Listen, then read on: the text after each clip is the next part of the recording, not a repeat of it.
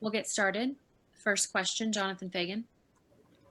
Stephen, I guess a lot of different parts to this question, but to start, who is on the Rockets today? So we have Jones, McLemore, Tate, PJ, Wood, and then we have Martin, Nwaba, and Brown is questionable. Yeah, that's where we're at. Okay, so you don't have any of the guys from the trades. Do you know what's the holdup on first on Rhodey and then also on the subsequent trade with the Pacers? Yeah, that's just a lot of red tape that I feel like is being handled at some level above me. So as of right now, I don't have any information on any of the trades. And you mentioned that Sterling Brown is questionable. Yes. What's with him? And if he and Eric are out, do you have the 8 guys?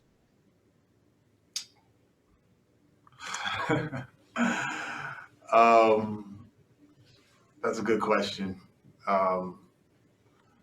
Yeah, I guess we don't have the 8 guys if Sterling is out. So he's questionable right now, and we're having our fingers crossed that he can play.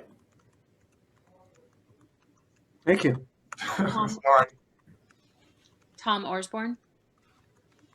Coach, what impressed you most the other night about Keldon Johnson, and does he remind you of anyone? Oh man, so much impressed me. I mean, the way he attacks the rim, the poise that he plays with as a second-year player, and he fits right into the system. You know, the thing that the Spurs really are so good at is developing players, having them fit into the system, but also identifying players who can flourish under their system. So he's one of those guys, and he was really hard for us to handle last game, and hopefully we'll do a better job against them tonight. Pop is going to turn 72 soon. How impressive is it to see him still going strong, especially with a new group, a bunch of young guys, and navigating the challenges of coaching in the COVID era? Yeah, I mean, there's so many amazing things about Pop. I mean, not just the coach and all the wins and the championships, but just the person. I mean, not last game, but the prior game, the preseason game, he made a point to get to me and just tell me that he was happy for me and proud of me, and to stick to my guns and do it the way that I want to do it. And it really meant a lot coming from him because I don't really know Pop that well, but he's just an amazing, amazing person all the way around, whether it's the social justice stuff, whether it's political stuff, whether it's the championship teams and how he managed the championship teams, and whether it was younger guys, older guys, doing it different ways, whether it's a post-up team or a driving team, or now the kind of transition type thing that they've got going on is just, he is really, really good and someone that I look up to from afar. Thank you. Christos Saltis. Coach, you said before that you don't know if you will have 8 players, but what do you expect to see from your players tonight, and how different will gonna be the approach on tonight's game? Yeah, tonight's game won't be any different than any other game. The last game we had 9 guys, and we had a great spirit about us, a great togetherness, purpose of play on both ends of the floor, and that's what we're striving for every game that we play. Obviously, tonight with even more limited guys than we had last game, it's going to be a challenge, but we also know that we rose to that challenge last game, and that's something that we're going to have to do for this game. So the message is very similar going into this game as it was the last game. Kaylee Griffin. Hey, Coach. There are reports out there that there might be an addition of a third two-way player to teams. I'm curious, they're getting set to go to a bubble in February. Is there any hesitation on your end to send two-way players to the bubble with the situation that this team is in right now, being so limited and requiring players like Mason Jones to play close to 20 minutes in games like this?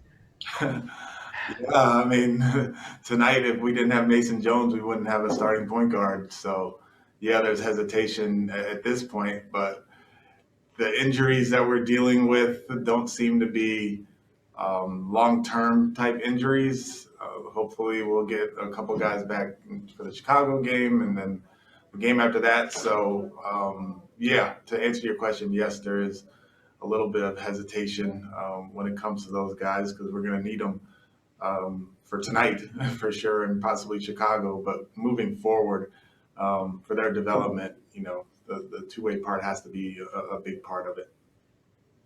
Adam Spolin. Stephen, two quick ones. What happened with Sterling?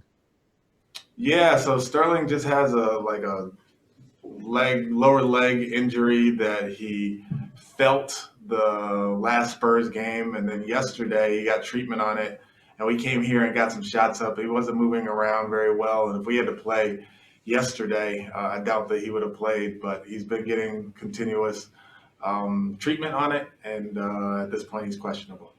And is Kurucs with you right now and he just can't participate? Is that kind of what things are looking like right now? Yeah. Mark Berman. Stephen, when is the if you can play, who's your starting lineup, and B, when is the cutoff time to declare whether you'll have the 8 or not? 6 o'clock. I'm sorry, not. No, it won't be Three. 3 is when the active lists are due. Active list is due at 3 o'clock. The starting lineup will be Jones, McLemore, Tate, Tucker, Wood. Thank you. And last one, Jonathan Fagan. Stephen, we're seeing a lot around the league, a lot more sort of soft tissue injuries, one game here, sometimes two. Is that the way it might be just around the league because of a every other day schedule? And is it also maybe the issue that can come up when you've got, in your case, a lot of guys who didn't play last year or missed a lot of time last year, then going to this sort of schedule? Yeah, I mean, I'm not anywhere close to a doctor or trainer or anything like that, but intuitively it seems that we have guys who haven't played in quite a long time, and we're depending on them a lot. We're going to have to really be conscious about the minutes that they get and make sure that we're looking long-term as well as short-term. And like you said, we're playing every other day, and with a condensed schedule, every game has importance, and you want to get off to a good start as a group. We play 10 games, but as we go forward, we just have to really be conscious, have a good plan when it comes to the minutes that these guys play, as well as, them taking care of themselves. Does that make you even more cautious about even letting anybody get sweaty at practice? It does. I mean, you want them to be in shape, and you want them to be ready, and you want them to be together as a group on both ends of the floor and organized and stuff, but you don't want them to get hurt. So it's just a hard thing. It really is a tough deal. And to have all that and then have the COVID piece on top of it, it definitely presents some challenges that we're dealing with basically on a day-to-day basis. And I'm sorry, one other question left over from before. Do you have anything further on a timetable with Daniel House?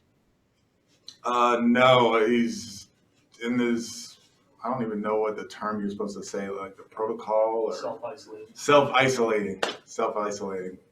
So that's what he's doing. And I'm not sure what the length of the self-isolation is and all that. I just know he's not available to play. Thank you. No problem. Thank you, Coach. We appreciate your time.